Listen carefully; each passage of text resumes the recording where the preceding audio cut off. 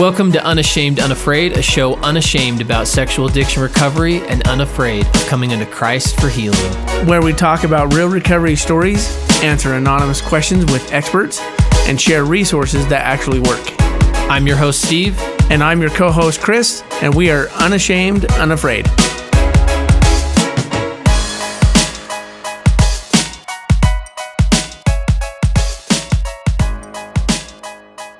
I know I've said this often.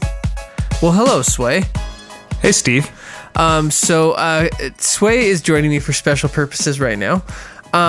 But Chris, our Hope of Hope, co-hosts this episode with me.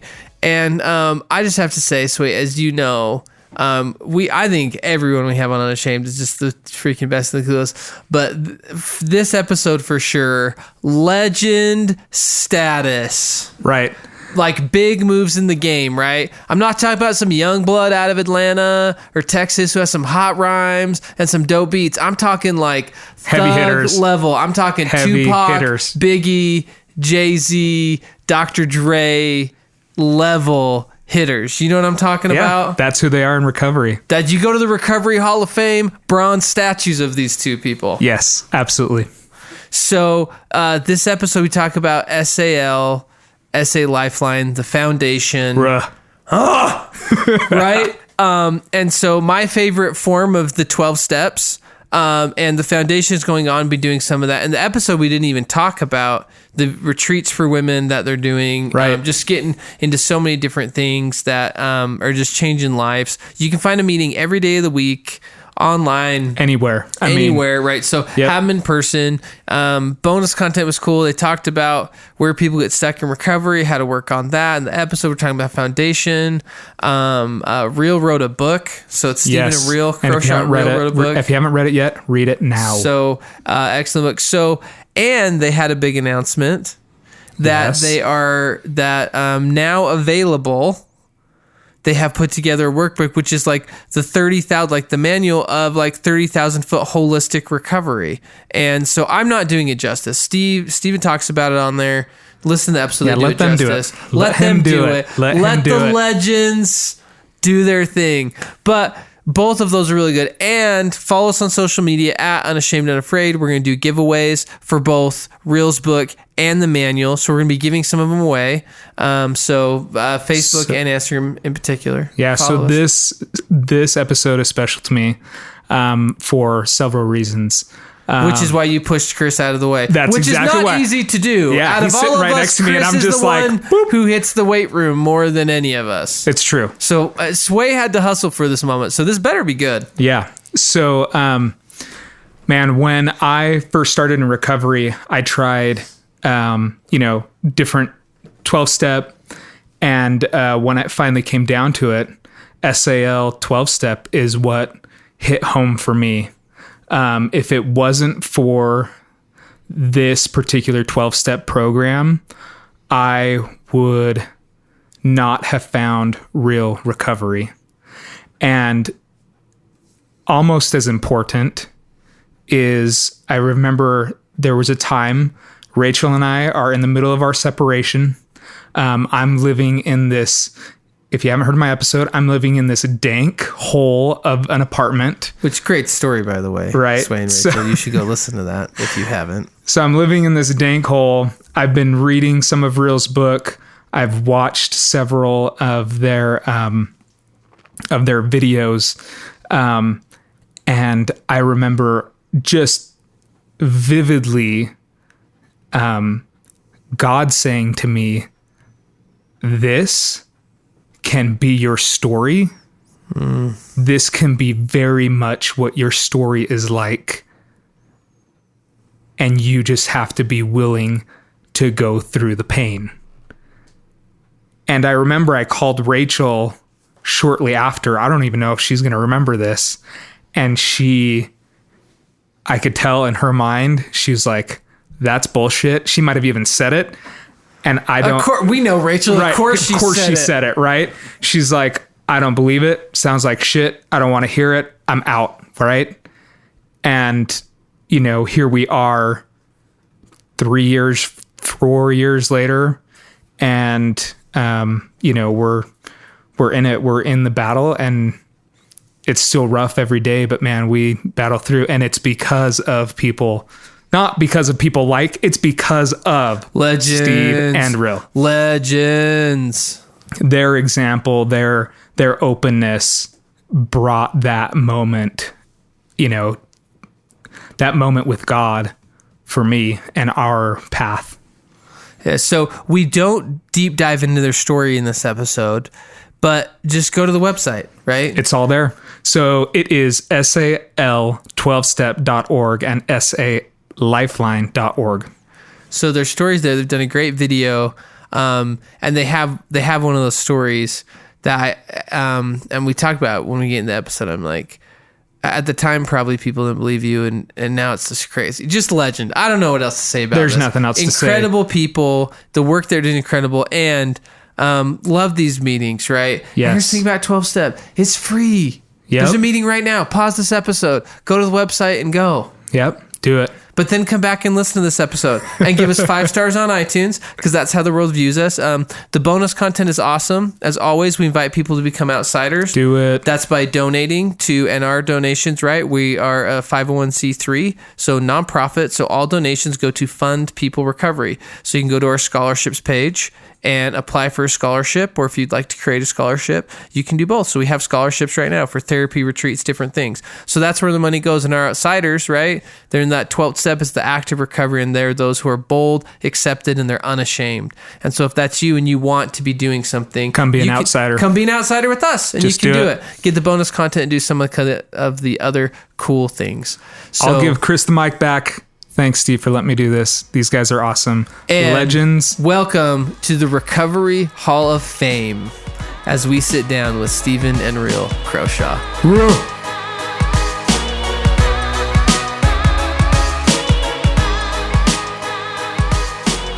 The living legends.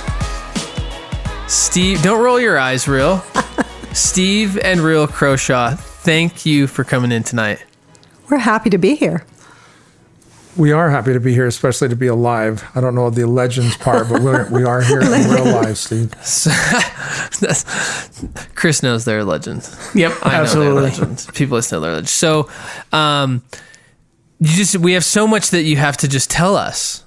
So first off, we can go to the website, right? Hear your guys' story. They have a great video talking about their story. So incredible story, akin to Chris and Autumn, really, right? Just at a point in time, you guys were in a place where kind of no one would probably have bet on you. Exactly. And now you're in a place where people may not even believe that the story's real. Actually, today I said, somebody wants to be my friend on Facebook, and I don't do Facebook. I haven't put anything on there in 5 years, but somebody wants to be my friend, and maybe they just want to see if we're still together. Surprise, we are. Surprise. Oh, they're still together. Okay. What do you know? Right. Well, one of the primary reasons we started the foundation is because most people who have experienced what we have as far as betrayal and addiction would not be together. And so the importance of understanding that there is a pathway to recovery, and marriages, relationships can recover. Relationships can recover as individuals recover. And our hope was that it would be possible for us to be able to share our story of how we were able to discover important pathways to recovery and share those. Because we had tried many, many times I personally had tried recovery for 3 times specifically prior to my last effort 15 years ago, and failed. And so when I finally came to understand that there is a pathway and began to work that pathway, it was worth sharing with others. So they're sharing, right? Like Chris and Autumn go and do a fireside and share. And then there's a freaking foundation. So a lot of people share, right? They share their story. They share with friends. They share with family. They continue to go to meetings, right? Facilitate, work the steps, right? And they reach out. But like you guys have created the foundation, right? And so much. So tell us, like, how was that just kind of an organic thing that slowly grew, or like, did you have this vision from the beginning? Like, how did we get here? How did the foundation start? I was a student at BYU, the old grandma, very much a non-traditional student. And I was in a class, a marriage class. Go figure, right? It's like, whoa, if these young people knew our story, they'd be freaked out. And So Stephen, were you in that class to try to figure out like your marriage? Oh, no, it was part of my, I took the class as part of my studies because I was my undergrad. And this was probably about 13 years ago. And there was an assignment that I had to, and my husband could come with me, and he came to a lot of the classes. And the assignment at the end was to put together a community-based program for marriages. And so Stephen and I talked about, we were a couple of years into recovery work, and we talked about the possibility of helping other couples find recovery, and because we wanted to give people hope. And so understanding that had been really, and just using that kind of impetus from that class, it was very, very, we didn't have it all together at all. But a little over 11 years ago, we were actually at a church breakfast sitting with a couple who had been in our community for quite some time. And he knew that I was going to school, and my focus was on addiction recovery, sexual addiction recovery. They had no idea of our story. And Stephen and I had started talking. Stephen had started a nonprofit, or was part of a nonprofit in Logan, Utah. And you can jump in when you want, dear. But when we were at that breakfast, this man and his wife said, "What do you want to do?" And I think it was Stephen said, "We want to start a nonprofit foundation to help people just know there's hope for recovery from sexual addiction." And he said, "Do you know what I do?" This man sitting across the table. We said, "No, we don't." He was older than us, and he said, "I'm an attorney, and I set up nonprofit foundations." And we knew in that moment that God's hand was in this. And so for the next 6 months, he worked and worked, and his wife became part of it. He gave all of his time, his attorney's time, his expertise, pro bono to this foundation. And I remember he called me at least 3 times in that amount of months as we worked together. Yeah. And he said, "Are you really going to do this?" It's like, I don't know. What does really do this mean? What does that mean? And he said, "No, really. Are you going to do this? Are you going to be committed to this?" I said, "Yes." But we had no idea what that looked like. Yeah, and as you know, we became a nonprofit this year, Unashamed, and I'm just feeling like the countertransference empathy, because I'm like, it was hard to set up. I thought it was going to be easy. I'm not going to lie, that's just me. But I was like, yeah, you just get an attorney and do it, because like I've set up LLCs and business real estate. I'm like, yeah, you just like set it up, go in and out of the county, and you're good. Like, and then it was like a whole different ball of wax. So your commitment level's tested. Yes.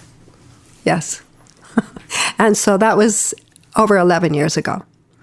And really, all that we had, our daughter actually found this picture of the horseman riding through the snow to offer hope to the Willie and Martin Hancock Company. Mm-hmm. And all they had was one of them had an onion in his pocket.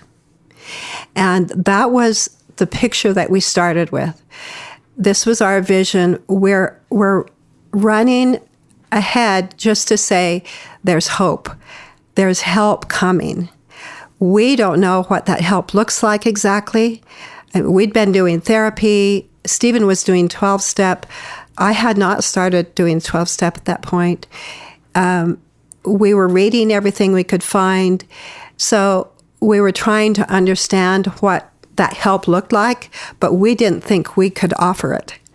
And in fact, we didn't actually want to offer it. We certainly didn't want to be in the therapy business. And, Sure. And it has progressed and grown. We would have never imagined this Right. 11 years ago. Right. And so tell us about the growth. Stephen, tell us there's so many facets to it right now. Like, tell us, for those who don't know, like, what does the foundation do, right? What have you gotten into in the last 11 years? Our initial effort was to provide education along with hope. Uh-huh. And so we were able to establish relationships with Dr. Donald Hilton, who an author of a book that he had written but not published. He's amazing. He is an amazing man, very committed to the work of understanding from a science standpoint sexual addiction. So he had written the manuscript, and in a very unusual way, we were introduced. It was God's hand again in the opportunity for us to meet. And I offered to him to help in the publishing and distribution of his book. And that was an important part of our initial effort to help give people understanding of sexual addiction and recovery. So we were providing education. We started numerous 12-step groups, actually with SA and S-Anon. We evolved into that because we had space available that we could offer for people to meet. So we started the 12-step meetings essentially because we wanted to provide that part of recovery, but did not necessarily see ourselves as deeply involved as we have become. So we were starting meetings with Sexaholics Anonymous materials and S-Anon materials under their umbrella. After a time, the education and then the work with starting 12-step meetings evolved into SAL 12-step meetings. And that evolution was natural in that we were starting numbers of meetings, and it was something that we recognized we needed to make some specific guidelines for safety. And in doing so, felt like we needed gender-specific meetings, which we do, which is a big part of what SAL now offers as far as 12-step is concerned. So meaning it's not addict meetings, support meetings, it's that, and it's gender-specific. Yeah, so men's only, women only meetings. Men's meetings, just so everyone's women's clear. meetings. That's correct. So, which is huge because I remember going to an SA meeting where a woman or two women came in there, and I'm like, yeah, I don't need you in here knowing that you have a sexual addiction too. Yeah. So it changes the dynamic. SA actually believes that there's value in the mixed meetings. SAL believes there's safety in having them gender specific. And we actually, when we made the determination that we needed to start our own meetings, there was a recognition that God is at the center of recovery, and we believe it's important to pray in the beginning and the end of a meeting from a heart. It isn't a prayer that is of a specific religion, but it is a recognition that we invite God's presence in the meeting. And so that, along with gender specific and the need for safety, and also the recognition that there is a pathway that's parallel for both men and women, really prompted us to move into the SAL format that now SA Lifeline sponsors. And there's live meetings, and then there's also online meetings, right. Phone meetings, right? Right. So and not just we're recording this and putting this out during COVID time, right. but even pre-COVID, just because if I live in wherever, Oklahoma, Brazil, and I can't get to a meeting in person, I can still find that meeting, right? Through online meetings, Zoom is the platform, and they have become extremely successful, and numbers of people are attending from all over the world. So we'll have people literally from various countries on a meeting in a given night. So that gives us an opportunity to have a worldwide outreach. Right. And people can participate no matter where they are. And we make we make that platform available and for people to plug into at no charge. So the great thing about SAL is it's a program that's offered at no charge. People participate at their own pace, and they attend meetings of their own choice. Each meeting is autonomous, but one of the important tenets of SAL is, although the meetings are autonomous, we have structure that is an outline of how a meeting is to be operated, right? What the script is and what the standards are for the meeting's operation for safety. And so if a group, which is autonomous, wants to be under the SAL umbrella, there are certain guidelines that they need to follow. And those guidelines are well established. And when a group understands what they are and wants to participate under the SAL plan or flag, then they're welcome to do so, and we'll provide necessary materials, etc. And it wouldn't surprise you if Stephen Croshaw himself just pops into one of those meetings every once in a while. Well, I attend meetings every week, sometimes 2, sometimes 3. Yep. Sure. Yep. And I attend my meeting every Thursday morning. We've had a women's betrayal trauma recovery meeting for about 8 years at our home every Thursday morning. Oh, cool. Whether we're there or not. The ladies know how to come. Oh, that's awesome. and so the part of what happened in the progression of this whole thing was we didn't understand betrayal trauma early on. Well, it's been 15 years this August. For Stephen actually starting to actively work recovery. And at that point, nobody really was talking about betrayal trauma. We heard some about codependency. It never felt like that fit for me. Right. I have codependent behaviors. I know that I do. And I recognize those. But the trauma that I felt from his behavior and the betrayal was real. And it was actually outside in this parking lot where a therapist was leaving about the same time after we had told our story. And she stopped us and she said, "Rhyll, are you aware that you've had more trauma than most women?" And I looked at her and went, "What?" By the way, in the parking lot of Lifestar, in case anyone's hanging. The parking lot of... parking lot of where? Walmart. Yeah. Walmart? Costco? Somebody church? stopped me. Sorry. Right out here. And it was surprising to me, and it was the first time I'd ever heard this term, betrayal trauma. Yeah. And so as we had started meetings, and we had SA meetings and S-Anon meetings in our space, in our office building, it has become, as Stephen has mentioned, we talk about a parallel pathway to recovery. That is parallel for a betrayed spouse and an addict husband. And that parallel pathway, the motto for SA Lifeline is recovering individuals, healing families. And we feel like we are a little unique in that because we don't just want individuals to recover. We are very family-oriented. Family is the key and the foundation to our society, we believe. And so when a couple can heal on their, she heals, he heals, and then you heal a marriage, the children in that family have a much, much better chance of being healthy, moving forward with confidence and courage, all the things that we want our children to have. We have 7 children and 25 grandchildren. Within minutes, we could have 2 more because we're expecting twin babies any minute now of grandchildren. And so that's critical for us as a family, recovering individuals, healing families, because this often is a family disease quite often.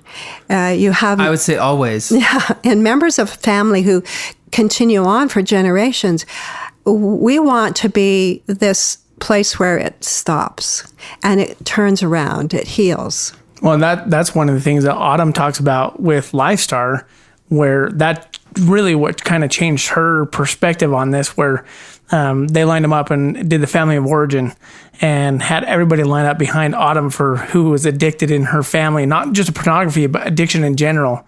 Had everybody lined up, and there we had like more than half the class behind her, and then the other half was behind me.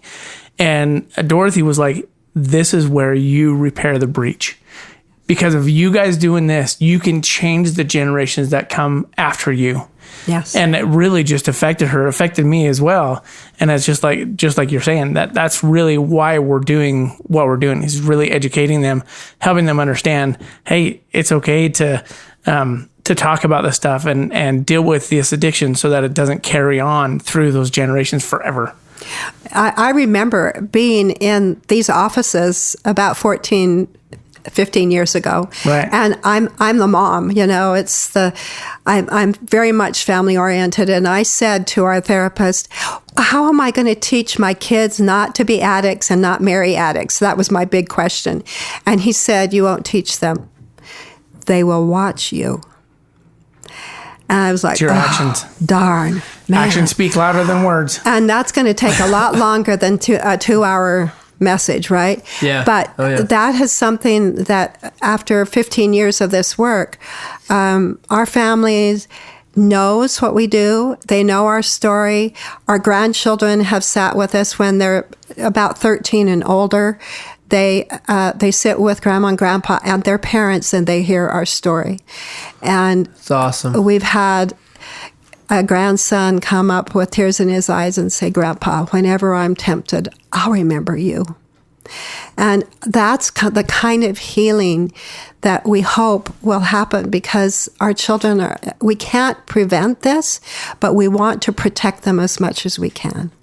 And you're stepping on one of my favorite quotes. So I have to give a shout out to my boy, Mr. Bankhead, is the one who shared this with me. I didn't find this. So it's from Carlfred Broderick, who's a therapist in Utah County. Passed away a while ago. He said, indeed, my experience in various church callings and in my profession as a family therapist has convinced me that God actively intervenes in some destructive lineages, assigning a valiant spirit to break the chains of destructiveness in such families.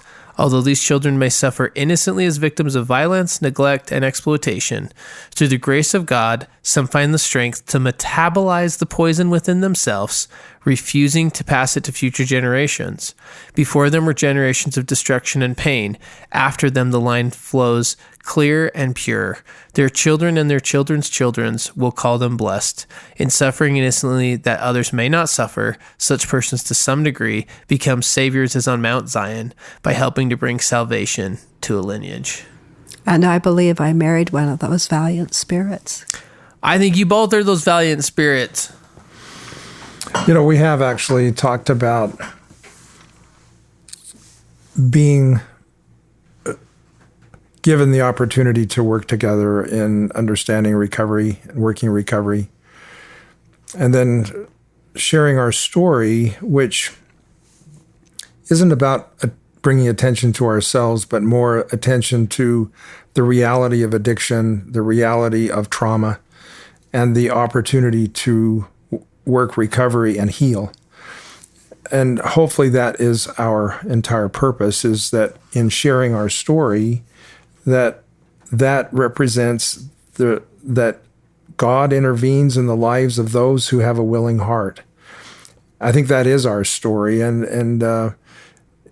it takes a willing heart. It takes a recognition that on my own, I had to realize that on my own, I could not deal with addiction successfully and work recovery in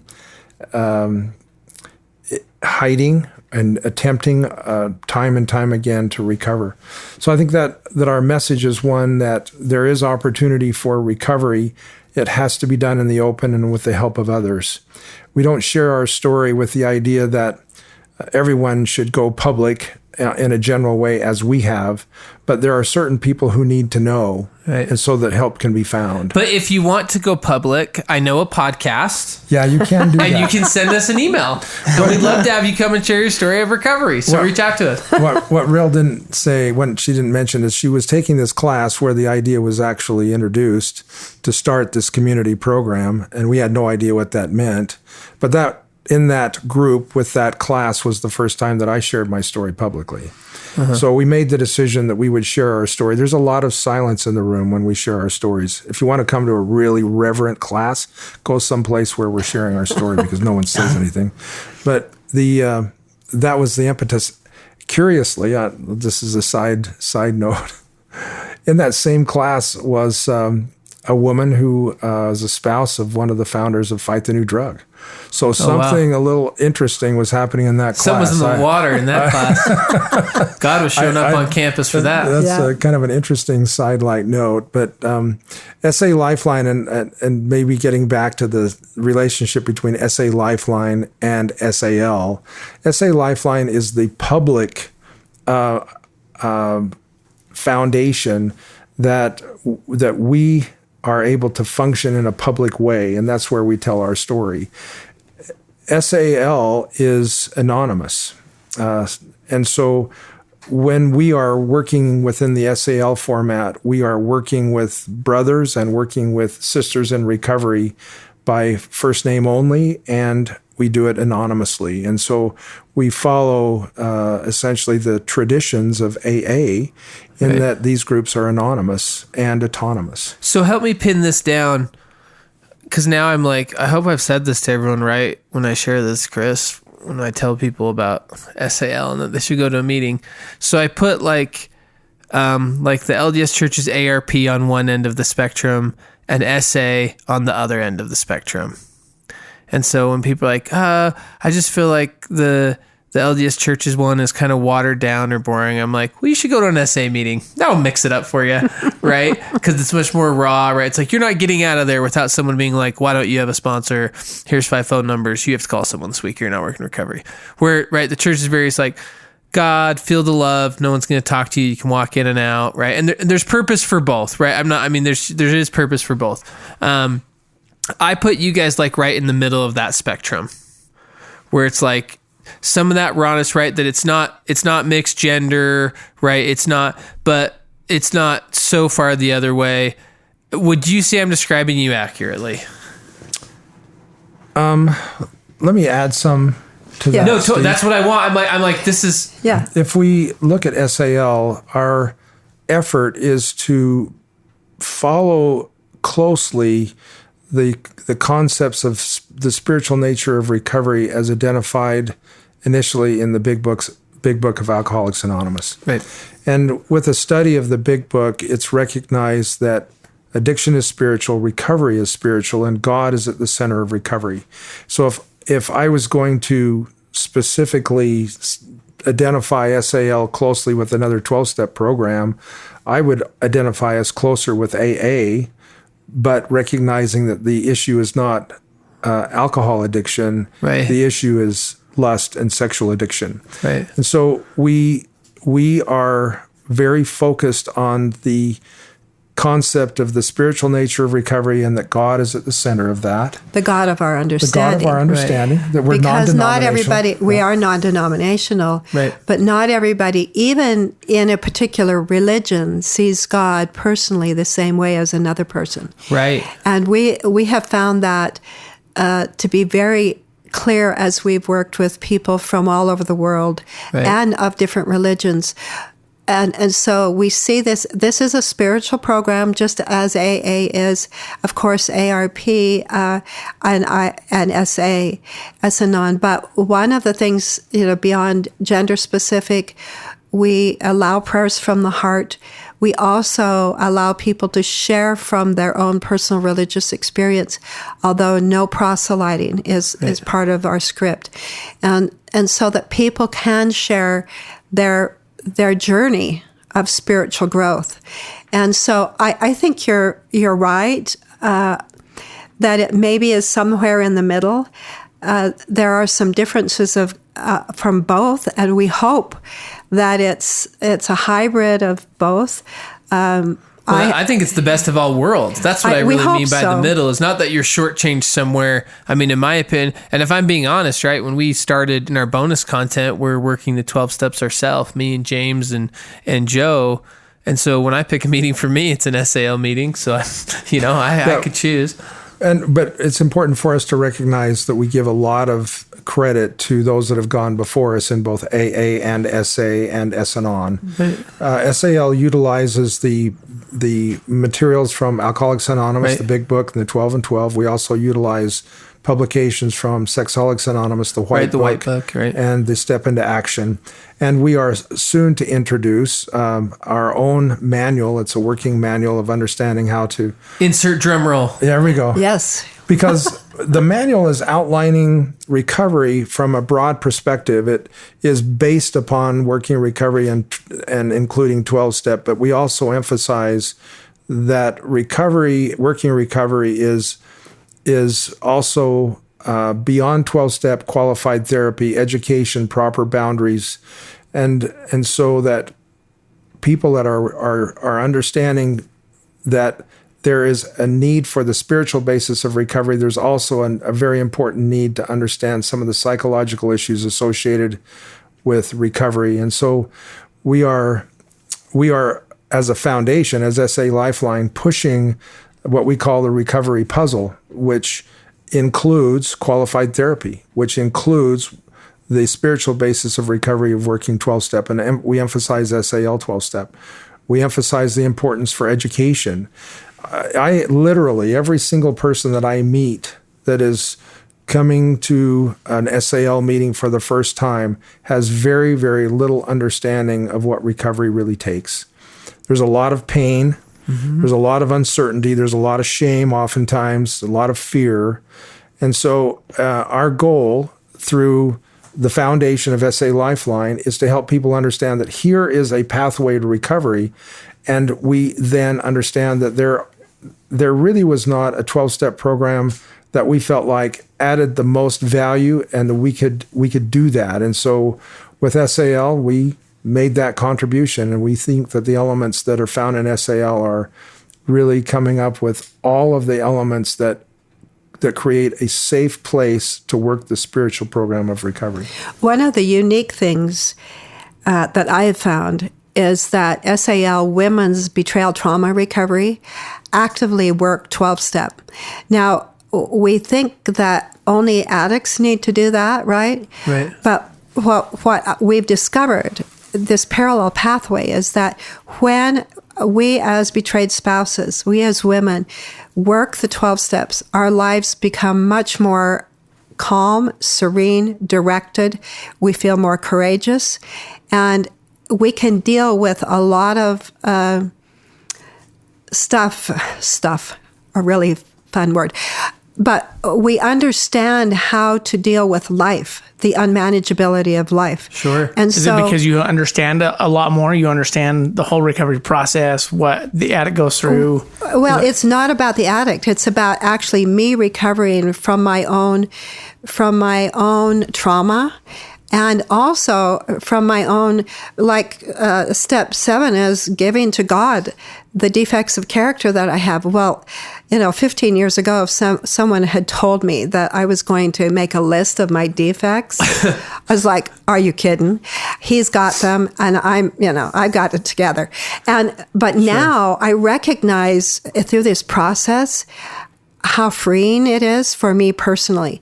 And so whether a woman is separated from, divorced from, a girlfriend of, or married to someone with a sexual addiction, we have found that those women who actively work this recovery come out like the phoenix.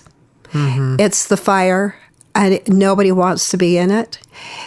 But working that actually brings a much more beautiful, serene, directed woman. And I am I'm all about women. Women have power. So absolutely. When you see the emphasis that SAL and SA Lifeline put on recovery from trauma, that also is recognized within the SAL program for men's addiction recovery. So even in the script of the men's meeting script, it's recognized that trauma that has been caused by the behavior, by my behavior, is something that I need to not just learn and understand, but work to be as sympathetic and even empathetic as possible. So we recognize within the work of recovery that more and more the recognition that women experience trauma to the degree that there's even post-traumatic stress syndrome present in the lives of many women who have gone through the trauma of betrayal. So that's a study they're doing, Dr. Skinner, right, at Ado. They're doing a whole study to verify the results of this is what someone looks like with PTSD, and we're seeing these same symptoms. Doing a whole academic study on that. So if you're participating in an SAL format, there's a recognition on those that are working recovery from sexual addiction that trauma and understanding trauma is part of recovery as well. Right. And that's something that I believe is unique to SAL. It's touched on in other areas, but certainly not the focus as it is within SAL. We haven't found another 12-step organization that puts the degree of emphasis on understanding recovery of trauma as well as addiction. Right, and that's one of the hard things. We see questions all the time here, Unashamed, and we talk about it just as a group.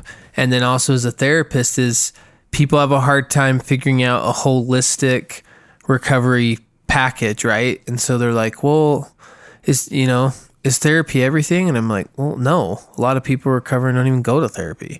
It's like, well, so I got to do the 12 steps. And it's like, well, the 12 steps are really good, but some people never do them and find recovery. And so people keep looking like, look, there should be a manual for how to go about this, right? And I think the thing that's hard for people, and you guys can share with everyone that you've met and experienced in recovery, is no one's story is actually the same. I remember early on here, I recorded Mac and Melissa, totally do church differently than I do. Never been to therapy a day. Never done the 12 steps. They did everything through their church. And I remember being like, dude, their recovery is awesome, right? And then Jason, who's our audio guy here, is a huge 12-step guy. And so we talk about it all the time. He's like, if you don't do the 12 steps, you're dumb. And I'm like, well, I haven't done a bunch, so I don't know, maybe I am dumb, And then, right, for Chris and Autumn, therapy and lifestyle is one of the big, and so people hear that and they go, well, okay, I'll try and follow that gospel. And that may not be the holistic thing for them. And so people get stuck. And so tell us more about the manual and how that's kind of getting into that, because somewhere where people can have that conversation and that understanding, I think can be so helpful. The manual is an outline or a description of working recovery as we illustrated in what we call the recovery puzzle. And recovery is, from our estimation, is we improve our chances dramatically if it is, in fact, a multifaceted effort. And I agree that some people find recovery with just working one element, but we believe I would say that's more the exception, not the rule, in the stories I've heard. Yeah. We believe that there is a synergistic relationship, a very synergistic relationship between qualified therapy and working the 12 steps with a program of working the 12 steps that understands lust and trauma. Mm-hmm. So with that, it's interesting. I'm going to tell a very brief story, and then we'll get on to the manual here. But Rhyll and I gave a presentation at one of the schools. Their color is blue, and they've got a Y on their hats and stuff. Anyway, we were given a presentation. Because you didn't catch that. And after we had given our presentation, and in presentations, we always talk about the value of working 12-step. Mm-hmm. And I talk about my own story and the value of working 12-step myself and how much that's meant to me. Well, after the meeting is over, after our presentation, we're cleaning up our stuff, and a young man comes up to me and right in my face says, 12-step doesn't work. And I said, well, it is an important part of my recovery. And so I kind of got on this little defensive thing with him because I had just given my my great spiel about the value of 12-step. Right. And I realized at that moment that that I was taken back, but I was unprepared to really respond to him, because I wasn't light on my feet with that much of a confrontation. Yeah. And so now, if I were to have a similar opportunity, I would agree with him and say, you're correct. 12-step does not work. 12-step works when I work it. It's a program of action. It's a program of action. And it's long-term action. And so if you compare that statement of 12-step does not work with the beginning sentence in chapter 5 of the Big Book, which says, rarely have we seen a person fail who has thoroughly followed our path. That's the first sentence in chapter 5. And so what's the difference between the young man's comment, 12-step doesn't work, to rarely have we seen a person fail who has thoroughly followed our path? The difference is thoroughly followed our path. And so working 12-step is an opportunity for me to understand my relationship with God and how to surrender my will to him.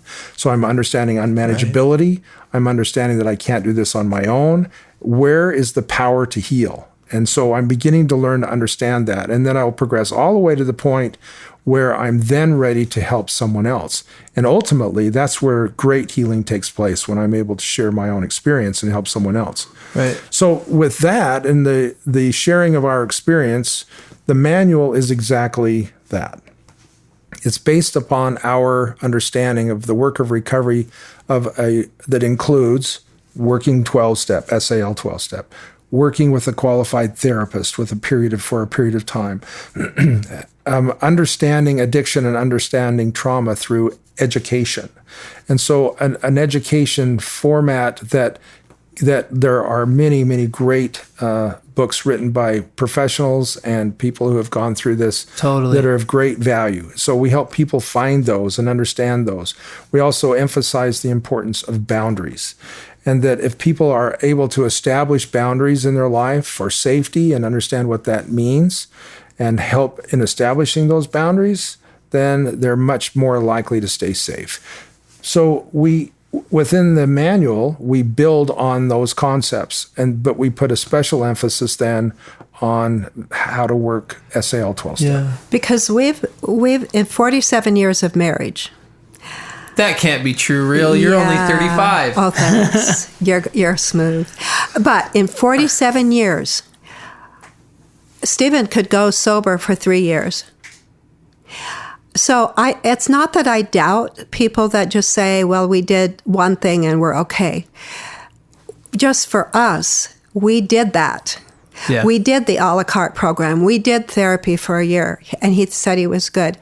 For what we have found, working our own recovery and then working with thousands of other people, what we have found that you're not going to do therapy forever. You're not, I hope not, or you need to get a different therapist. That's right. A good therapist will fire say, you've got to be on your way. Yep. And your education, you keep learning, and you always set boundaries. But the one thing that we have found that will be long-term recovery, not just sobriety, but long-term recovery, is having that connection with 12-step, having that sponsor, having that group. And it's just always a reminder that I have been given a gift and I want to give it to someone else. But this is a one day at a time process. Mm-hmm. And I don't want to doubt someone else's experience, but I just know from our experience, we did it. We did those things. It did not work long term. Yeah. And so that's why even though we're old and we love to see these young couples coming up and they're excited about recovery and they're doing this or that, right. And that works. But for us, after 32 years of marriage, we finally, well, I didn't. He found it. And he started going to 12-step. He found the good therapist. He found the education. He started setting his own bottom lines, like, I'm not going to do this and that. And I watched I was just going to watch because our marriage was it was gone. And so for me, then after that, after a few years, I started, I went to the therapy too, but it really was for him. And so as I started to say, I need to recover from my trauma. And that is where we are a trauma sensitive group. Right. For both her and him, and then for that family. So for long-term recovery, what we have seen long-term is actively working 12-step. Yeah. Got to have a sponsor, work with the group, go to meetings. It doesn't take that much time. I wrote a book, and I put on the front this Gently Up the Stream picture. Which we will talk about in the bonus content of your book, by the way. Okay, well, anyway, it doesn't matter because anyway. But on the front of that book is this picture, and we're in separate boats. I thought that, we're married and we're in this boat together, and I always wanted to be synergistic and just working together. Actually, life is, we row our own boat. And thankfully, we're rowing in the same direction. Yeah. And not everybody's going to choose to do that. And that's okay. And it's, that's okay. But I know women who work recovery in spite of the fact that their husband chose to go a different direction. And they are women who are my heroines, because they are working to not only improve their lives, but their lives of the lives of their children. Right. And I think you're hitting on something important when you talk about how there can be some changes there and what comes and goes. And right, Steve, with the manual, with it being holistic, is when people only know one avenue. So if the only avenue I know, if I go to my congregational leader, pastor, bishop, whoever, and I say, hey, I've got a sex addiction, and they go, oh, you do 12-step for that. And I go to a 12-step group that's anemic. Mm-hmm. And then I go, oh, if this is 12-step, because it's the only meeting I've ever seen, so I'm assuming this is what all 12-step is. This is what crap. do you mean by anemic? Right? There's 3 guys there. There's no sobriety, right? The meeting starts. I went to a general addiction meeting a couple months ago, and it was like on noon on a Friday. And so I'm like, this has to be a reasonably attended meeting, Friday. I showed up. It was me, the facilitators who had no addict experience. They were just called by their church to facilitate that, and one other guy. And I was like, a lot of strength I'm drawing from this group. Not that those 3 people were bad people, but that's different than showing up to a group with 10 or 12 people and at least 3 or 4 have substantial sobriety and connection. And so then all of a sudden now it's the kid walking up to you at BYU saying, hey, 12-step doesn't work. And it's like, you're right, the meeting you went to doesn't. Or therapy, right? I hear that as people come in and they're like, I went to therapy, it was a waste of time, it was damaging, and my response is, it probably was. Yep. Right? Or what? And so if I can have an opportunity to see it from a holistic view, that's perspective, right? It can help get perspective, because so many people, they have the courage to start recovery stories that we've heard on here, right? Of these false starts. It's because they didn't have a holistic perspective. So they go to that 112-step and they go, oh, this doesn't work. I guess I'm stuck. And they go back into hiding and back into act mode, or they go to therapy and they go to a therapist and it's a bad experience or it's shaming. And then they're like, well, if a professional can't help me, nothing's going to work. And then they go back into hiding. Where if I had a holistic view from the get-go, right? If I had this manual and I could say, wait, there's like 5 different things here and they come and go and it's different. And then I could approach those individual experiences and not get lost in one bad experience or a culturally bad experience or a shaming experience. And stay on the path. Yeah. And what you're outlining here is not every 12-step group is created equal. Not every 12-step program is created equal. Not every therapist is qualified. Yep. And so we have a need to raise the bar of a level of understanding of those who are really in a position to help others who are seeking help. So for those that are seeking help, they'll oftentimes they may go to a therapist, they may go to their ecclesiastical leader, they may go to a friend. Mm-hmm. Where are the resources that are really going to be helpful? And that's where I believe it's our responsibility to make sure that our message is made as clear and available as possible. That when we talk about therapy, we talk about qualified therapy. When we talk about 12-step, we talk about understanding the values of 12-step that are based specifically on the issue that I'm dealing with. So if I'm dealing with lust, what does that mean? And how can I work to work and live recovery from lust, and the same from trauma? So we got a big job ahead of us, because majority of people do not understand what recovery takes, and a good share of the people who need to know, which are most, that are seeking help don't know where to go. So we need to get the message out. And obviously what you're doing with your podcast and sharing your story, and we sharing our story, is an effort to help people understand that indeed there is qualified help available, and we can help you find that if your heart's in the right spot. Amen. I need to make one comment going back just a bit. I have a lot of respect for a therapist in Colorado. His name is Doug Weiss. Mm-hmm. And he said, if you're not working recovery, you're working on your next relapse. Mm-hmm. That's a quote from him that suggests that we always need to be vigilant. And in the Alcoholics Anonymous big book, it talks in a very similar way that we need to be continually working recovery, because we're vulnerable as addicts to relapse if we're not always vigilant. That's one of the values of working 12-step, is that it gives us a format to continue our work of recovery. And oftentimes that looks like helping others, which is one of the most powerful ways of staying in recovery, of living in recovery. And it's free. The 12 steps, right? Free, yeah, right. And it's free. And it's free, right? And I would tell you, if I could summarize what you just said, that process of continuing to change ourselves and turn our will more over to God. In the addiction world, we use the word recovery. In the more religious sense, it's called being Christian and being a disciple of Christ. Right? That's the goal. So no matter where you're on that spectrum, some use the word sanctification, some call it the covenant path, right? Different denominations call it different thing. But if you're Christian, you just believe in that, right? Like there's no point of arrival, right? We arrival when I'm reunited with him after this life. Like that's arrival, right? When I'm safely. And so a lot of times with recovery, people go, I don't want to be going to 12-step meetings forever. And what I respond is like, do you want to be a disciple of Christ forever? So maybe your lens is through this, right? And this is how you continue to do that. So a wealth of knowledge. You guys, legends, period. Don't argue with me, Rhyll. It's true.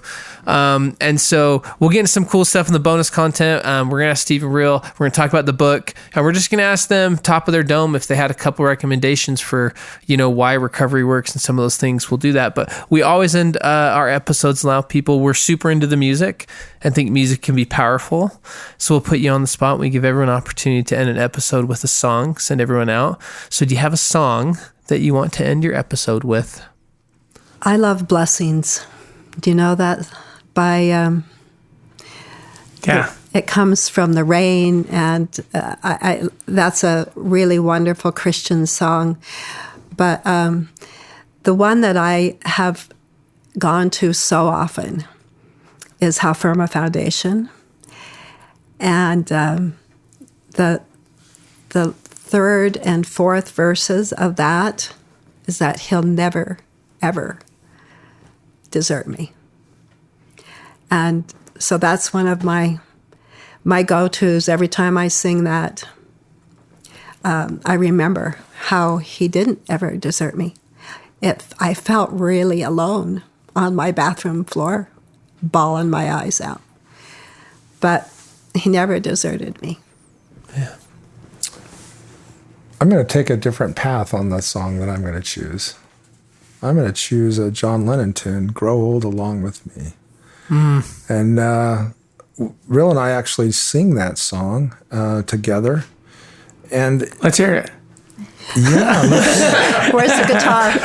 Stephen plays guitar. And so why don't you bring it? You can find a variety of covers of the song. No one's going to guess it's a Lennon tune, sung by.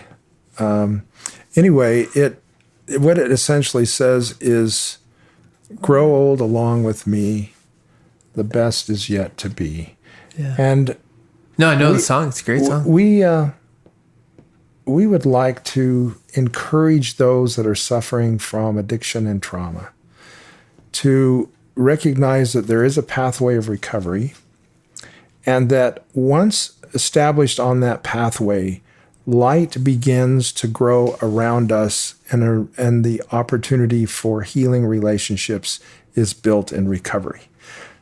That then gives us an opportunity to grow old together. I just believe that there are so many families that are hurting that can heal with the right program of recovery, and they just need to find it. We need to help them find it. Amen. Amen. Thanks for being with us. Thank you so much. Thank you. It's cool to be here. So we'll jump into both of those songs. You can follow us at Unashamed, Unafraid, both Facebook and Instagram. SALifeline.org. Right. And for SAL12step.org. So on both of those, you can get to the other one. You can get to the other one. You'll bounce back and forth. There's recovery materials available on both sites. There are meeting schedules that you can find on both sites. We do, because no doubt there's probably a meeting happening today, the day that you were listening to this. You could get on the website and find a meeting. You can find a meeting every day of the week. In just Utah or other places? Online. Right, online. You can find it. You can find it from Dubai if you would like, online. But we do have meetings in various states, not just Utah. Yep. Growing. But anybody, anytime, find a meeting online, and it will be an uplifting, positive experience. As you can find it. So we're going to jump to our bonus content. So we invite you to become an outsider if you have not. You can go to unashamedunafraid.com/donate. If you have an anonymous question, ask us. We want to bring experts on, cool recovery people, to answer them. We appreciate you listening. If you enjoyed being here with us, please go to iTunes and give us 5 stars. That's how the rest of the world can find us. And until we are with you again, please be unashamed and unafraid.